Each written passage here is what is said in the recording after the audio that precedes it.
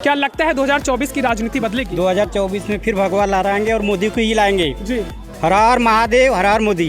राहुल गांधी का अगर जिक्र कर लें तो चेहरा उनको विपक्ष की तरफ से पेश करने की कोशिश कर रही है। आप क्या कहते हैं? सब बेकार है, सब बेकार हैं, विपक्ष पूरा बेकार है। बेकार है। अपने केबिन में गांधी क्यों बात कर रहे हैं? अब राहुल गांधी है क्या चीज? कुछ नहीं है, कोई नहीं है क्या चीज है? क्या 2024 में विपक्ष जीवित है? विपक्ष का कोई अस्तित्व ही नहीं है जी। कोई अस्तित्व, तो ऐसे ही बस पूरे चोर मिल के इकट्ठा होकर को हटाने के चक्कर में चोर है। प्रधानमंत्री मोदी बन सकते हैं और कोई नहीं है, दुनिया में भी नहीं है, दुनिया में भी नहीं है। दुनिया में भी नहीं है। आप देख रहे हैं कोई है व्यक्ति? आना ही है उनको। इतना विकास होने के बाद बनारस वाले अगर मोदी को नहीं जिताएंगे तो किसको जिताएंगे? कुछ भी हो सकता है, उलटफेर कुछ भी हो सकता है। ये हम नहीं कह रहे हैं, ये बनारस की जनता कह रही है। इस बार आपको लगता है कि जो भाजपा की तरफ से दावा किया जा रहा है 350 सीटों के पार, क्या आपको लगता है वो वास्तविकता में सच होगा? 100%। तो सारी जितनी सीटें हैं पूरी सीटें उन्हीं की भाजपा की रहेगी। जितने भी विपक्ष कुछ कर ले ना कर ले, ये कर ले, कुछ कभी जिंदगी में आ ही नहीं सकते हैं। हम खाना खा रहे हैं, उनके खड़िया बैठ लेंगे, फोटो खिंचा लेंगे, बस हो गया। अब फिर जाएंगे सैनिटाइजर तो पूरा नहाएंगे धोएंगे पूरा। नमस्कार, मैं समीर अहमद हाशमी और आप देख रहे हैं उत्कर्ष पत्रिका। इस वक्त हमारी दस्तक है भारत के प्रधानमंत्री नरेंद्र मोदी के संसदीय क्षेत्र बनारस में, यूँ कहें काशी में।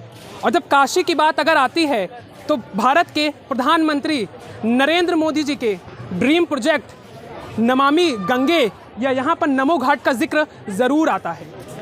और प्रधानमंत्री जी की बात हो, संसदीय क्षेत्र की बात हो तो 2024 की आहट तो लाजमी है। क्या सोचती है बनारस की जनता? क्योंकि लगातार 9 सालों तक उन्होंने, अभी तक वो 9 साल जो उनके पूर्ण हो चुके हैं, 1 साल और बचा है। 1 साल कहें, अमूमन 9 महीने बचे हुए हैं पूरे 10 साल कंप्लीट होने में। और तीसरी पारी खेलने के लिए प्रधानमंत्री जी तैयार हैं। भाजपा की तरफ से दावा है कि इस बार 350 प्लस सीटें जीतकर प्रधानमंत्री जी के नेतृत्व में भारतीय जनता पार्टी फिर से प्रचंड बहुमत के साथ भारत में दस्तक देने वाली है। लेकिन उसके बीच में विपक्षी पार्टियों का गठबंधन है।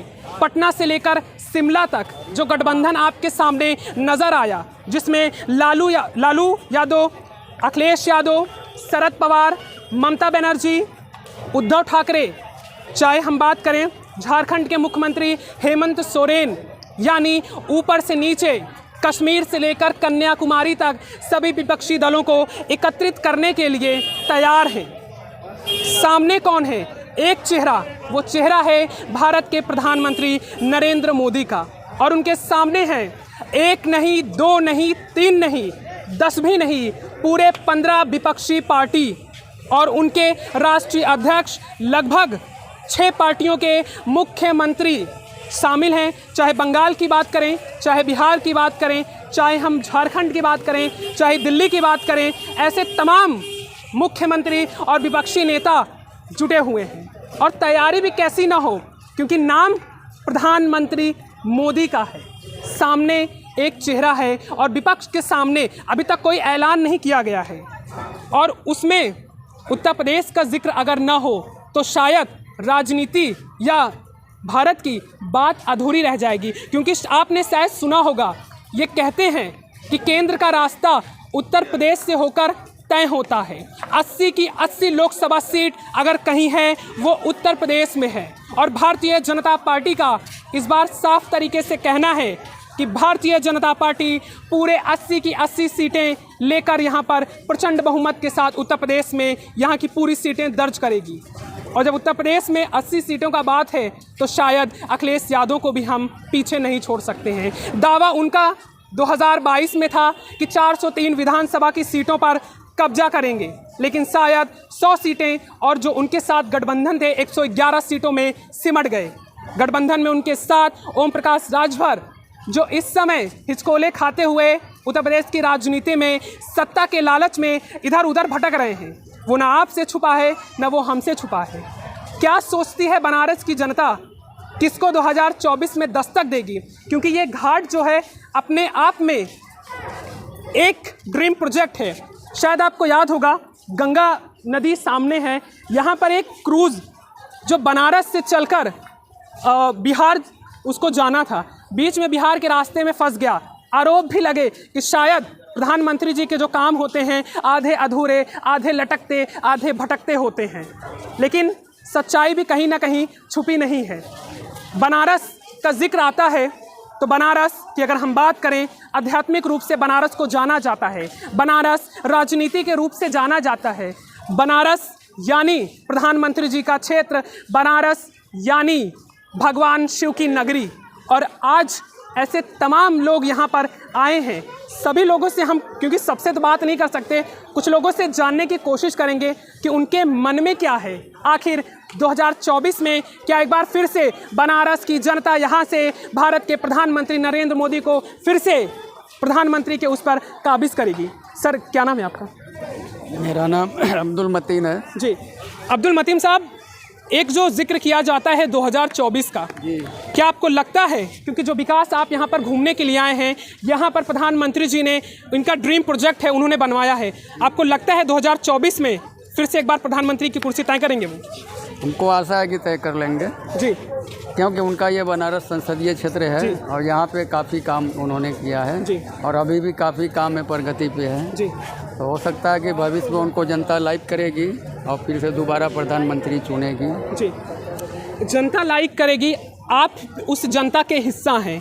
हम जनता कहीं ना कहीं वोट का जब लोकतंत्र का त्यौहार आता है, मतदान करते हैं और जिक्र भी आता है मुसलमानों का, तो इस बार की राजनीति है वो सपा कांग्रेस छोड़कर मुसलमानों का जो रुख है वो कहीं ना कहीं भारतीय जनता पार्टी की तरफ मुड़ रहा है। क्या वजह आप देख सकते हैं और 10 में से कितने नंबर भाजपा सरकार को देते हैं? देखिए, जहाँ तक उनको हिंदू और मुसलमान या धर्म या जाति की राजनीति, अब जनता बहुत जागरूक हो चुकी है और जनता अपने मन की बात बताएगी नहीं, ये तो आप फाइनल मान के चलिए। लेकिन 24 में कुछ ना कुछ उलटफेर भी हो सकता है और दोबारा भी आ सकते हैं, क्योंकि जनता बहुत परेशान भी है। उनकी रोजी रोटी की समस्या है, जन सुविधा का बहुत अभाव है, इसलिए जनता परेशान है। तो जनता के मन में क्या है वो तो जनता बताएगी। मैं अपनी बात करता हूँ कि हो सकता है, कुछ भी हो सकता है, कुछ भी हो सकता है, उलटफेर कुछ भी हो सकता है। ये हम नहीं कह रहे हैं, ये बनारस की जनता कह रही है। और एक सवाल नहीं, काफ़ी ज़्यादा, बिल्कुल आप कैमरामैन से कहेंगे ज़रा उधर दिखा दें, वहाँ पे पॉसिबल नहीं है। हम आपसे आग्रह करेंगे, अगर आप यहाँ पे आ जाएं, यहाँ पे अगर आप आ जाएं, आप यहाँ पे अगर आ जाएं ना, 2 शब्द अगर आप बोल दें, मज़ा आ जाएगा, शायद आपकी बात पहुँच जाए। नहीं, आप अगर यहाँ पे आ जाए 2 शब्द बोल देंगे, बहुत अच्छा रहेगा। सर, क्या नाम है आपका? सुशील यादव जी। सुशील सर, जिस तरीके से विकास देखे जा रहे हैं, क्योंकि नमामि यहाँ पे आप नमो घाट पे आए हुए हैं, विकास तो हुआ है, विपक्ष एकजुट है और चेहरा है सिर्फ नरेंद्र मोदी को हराने के लिए। क्या लगता है 2024 की राजनीति बदलेगी? 2024 में फिर भगवा लहराएंगे और मोदी को ही लाएंगे जी। हर हर महादेव, हर हर मोदी। मोदी इस बार आएंगे, जैसे वो नारा दिया गया था भाजपा की तरफ से, घर घर हर हर मोदी, घर घर मोदी। क्या वो 2024 में दोहराने की कोशिश हो रही है? बिल्कुल बिल्कुल, 2024 में ही दोहरा जाएगा जी। और ये विकास कर रहे हैं, तो जितना बनारस में विकास हुआ है जी। वहाँ इससे पहले कभी विकास नहीं हुआ है जी। लालू जी की अगर हम बात करें, क्योंकि अभी वो भी जी आ गए, हाँ बिल्कुल, आप मीठी वाणी का प्रयोग कर रहे हैं। राहुल गांधी का अगर जिक्र कर लें तो चेहरा उनको विपक्ष की तरफ से पेश करने की कोशिश कर रही है, आप क्या कहते हैं? सब बेकार है, सब बेकार हैं, विपक्ष पूरा बेकार है? बेकार है। इनकी तरफ से कहा जा रहा है विपक्ष पूरा बेकार है। हालांकि वो समय बताएगा, 2024 9 महीने का इंतज़ार करना भी ज़रूरी है। सर, आपकी तरफ से क्या लगता है? उन्होंने तो ऐलान भविष्यवाणी कर दी, विपक्ष बेकार है, क्या 2024 में विपक्ष जीवित है? विपक्ष का कोई अस्तित्व ही नहीं है जी। कोई अस्तित्व, तो ऐसे ही बस पूरे चोर मिल के इकट्ठा होकर को हटाने के चक्कर में चोर, विपक्ष में किसको आप चोर कह रहे हैं? शेर अकेला चलता है, विपक्ष तो सब इकट्ठा क्यों हो रहे हैं भाई? आप लोग उसको हरा क्यों नहीं देते जी? इकट्ठा क्यों हो रहे हैं आप लोग? वो तो कह रहे हैं इस बार हम उनको 100 सीटों में समेट देंगे। अरे एक अकेले मोदी के सभी लोग क्यों हराने के पीछे पड़े हुए हैं? उसके अंदर कुछ क्वालिटी तभी ना खड़े हैं वहाँ पे। इस बार आपको लगता है कि जो भाजपा की तरफ से दावा किया जा रहा है 350 सीटों के पार, क्या आपको लगता है वो वास्तविकता में सच होगा? 100%। वो सारी जितनी सीटें हैं पूरी सीटें उन्हीं की भाजपा की रहेगी। सर की मुस्कुराहट बता रही है कि 2024 में फिर से एक बार प्रधानमंत्री जी वापस आने वाले हैं, ये सर के कहने हैं। यार हम पूरा वर्ड बोल रहा है, हम क्या बोल रहे हैं? जी जी, अच्छा वर्ड बोला है तो मुझे ये लगता है कि भारत से अगर जी जी बिल्कुल, अगर यहाँ पे सरकार बनती है तो वो भारत के लिए अच्छी बात होगी। वर्ड तो हम जाने दे सकते हैं क्योंकि वहाँ पे अभी वो काफ़ी यात्रा करके आए हैं, आपने वो चीज़ें देखा होगा। आपके हिसाब से क्या लगता है कि 2024 में अगर विपक्ष किस ऐसे नेता को प्रेजेंट करे प्रधानमंत्री के सामने तो शायद एक टक्कर के रूप में देखा जाए? सिर्फ प्रधानमंत्री मोदी बन सकते हैं और कोई नहीं है, दुनिया में भी नहीं है, दुनिया में भी नहीं है, दुनिया में भी नहीं है। आप देख रहे हैं कोई है व्यक्ति, हर लोगों को गले लगा रहा है, थपथपा रहा है, पैर छू रहा है, हर प्रधानमंत्री पैर छू रहा है। अभी देखे कहाँ के प्रधानमंत्री पैर छू के बात करें हैं, तो उनके ऐसा कोई प्रधानमंत्री है बताइए? जितना भी फर्ज कुछ कर ले ना कर ले, ये कर ले, कुछ कभी ज़िंदगी में आ ही नहीं सकते हैं। ये तो कहते हैं कि क्या बोलते हैं, फोटो जीबी, वीडियो जीबी, उसके ऊपर आपका तर्क क्या है? फोटो जीबी सब बकवास सब करते हैं। आज ये घाट बना दिए हैं, क्या हिंदू मुसलमान सब आके यहाँ पे हैं कि मुसलमानों के लिए? ये सब उनको सबको लिए कर रहा है। वो चाहे अनाज दे रहे हैं, सबके लिए दे रहे हैं, ये एक के लिए नहीं दे रहे हैं। पढ़ाई लिखाई एक नहीं दे रहे हैं, सबके लिए कर रहे हैं। मोदी चाहे होगी, ये लोग सब एक, ये सब जो है लड़वा फड़वा के इसी तरह दंगा प्रसाद कराते हैं सब। जी जी, सब जितने आदमी हैं सब। सर की बात सुन रहे थे, युवाओं से भी कुछ हम बात कर लें क्योंकि युवाओं से ज़रूरी है, भागने की आवश्यकता नहीं है। हमें ये लगता है बड़ी विडंबना है यहाँ पे सबसे ज़्यादा विडंबना ये हो जाती है कि रील्स पे समय व्यतीत कर सकते हैं, लेकिन जब कुछ नैतिकता के सवाल पूछे जाते हैं तो शायद वो वहाँ से भाग जाते हैं। लेकिन हम उनसे जवाब कोशिश करेंगे। यहाँ पर मैम हैं। मैम, आप यहाँ पे घाट को घूमने के लिए आई हैं, विकास यहाँ पर आपको दिख रहा है, बहुत ज़्यादा विकास। तो आपको क्या लगता है 2024 में किसको आप सपोर्ट करने वाली हैं? मोदी जी को। मोदी जी को। ऐसी क्या बात है मोदी जी में जो आप सारे विपक्ष को नज़रअंदाज करके मोदी जी का नाम? सबको दिख रहा है जी, वो देखने वाले तो सब लोग देख रहे हैं जी, और आना ही है उनको। इतना विकास होने के बाद बनारस वाले अगर मोदी को नहीं जिताएंगे तो किसको जिताएंगे? और ये आप जो बनारस की जनता के मन में गर्व की बात होगी क्योंकि उत्तर प्रदेश में इतने सारे ज़िले हैं, उसमें से बनारस को उन्होंने चुना है और जहाँ से वो स्वयं आते हैं तो वहाँ का विकास तो होना लाजमी है। राहुल गांधी का जिक्र आता है, कैसे लगते हैं वो? उनका नाम क्यों लेते हैं? वो तो कुछ नहीं कर पाएंगे। जिनको अपनी खेती के बारे में नहीं पता है वो क्या करेंगे? वो अपने घर राशन मंगाते होंगे, वो कैसे वही जानते होंगे? वो कुछ नहीं जानते, वो देश क्या चलाएंगे? खाना कहीं घर में जाके खा लेंगे, हम खाना खा रहे हैं, उनके खटिया बैठ लेंगे, फोटो खिंचा लेंगे, बस हो गया। अब फिर जाएंगे सैनिटाइजर से पूरा नहाएंगे, धोएंगे पूरा, इस तरह कहीं को कोरोना वायरस घुस नहीं गया होगा।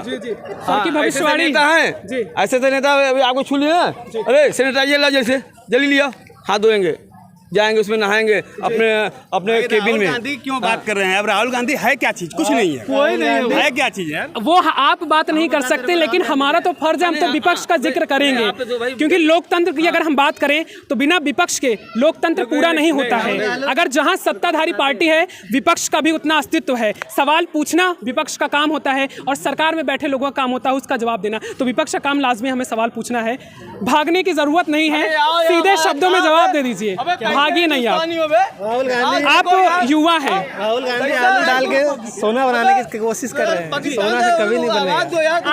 आलू डाल के सोना बना रहे हैं, कैसे सोना बनेगा? पॉसिबल ही नहीं। फिर से एक बार बोलिए। एक भाषण में बोले कि हम एक तरफ से आलू डालेंगे, दूसरी तरफ सोना निकलेगा। आलू डालेंगे सोना निकलेगा, किसने कहा था ये? राहुल गांधी ने कहा है। राहुल गांधी ने। पूरी वीडियो देखी थी अरे आपने? हमने पूरा देखा है वीडियो। आपके जानकारी के लिए थोड़ा हम आपको क्लियर कर दें, वो वीडियो जो है वो मैनिपुलेटेड था, यानी मेन पार्ट को कट किया गया था। अगर आप उसको देखेंगे तो वो किसी और के वक्तव्य को वहाँ पर वो जब रैली में गए थे वहाँ पे वो कोट कर रहे थे, वहाँ पे उनकी वीडियो को मैनिपुलेटेड किया गया है। ऐसी चीज़ें वो नहीं कहती, वो मैं क्लियर कर रहा हूँ। पहले हम बोल रहे हैं जब चुनाव आता है तब वो इंडिया में आ जाते हैं, और दिन कहाँ रहते हैं? वो इटली में रहते हैं। टूरिस्ट कह रहे हैं आप उनको? तब टूरिस्ट ही है वो।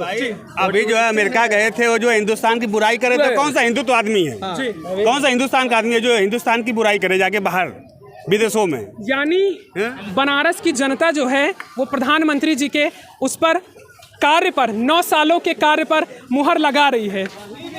जी बिल्कुल, ये जोश लोकप्रियता के मामले में अगर देखा जाए पूरे देश में प्रधानमंत्री मोदी लगातार कई सालों से नंबर 1 है और यहाँ की जनता भी लगातार उनके जो यहाँ पे संसदीय उनके कार्य हैं, जो 9 साल के कार्य हैं, उस पर मुहर लगा रही है। ऐसे तमाम जनपद से हम बात करेंगे, आपसे जनता से बात करेंगे, जानने की कोशिश करेंगे कि आखिर तमाम जो जनपद है वहाँ से क्या है चुनाव मोड़।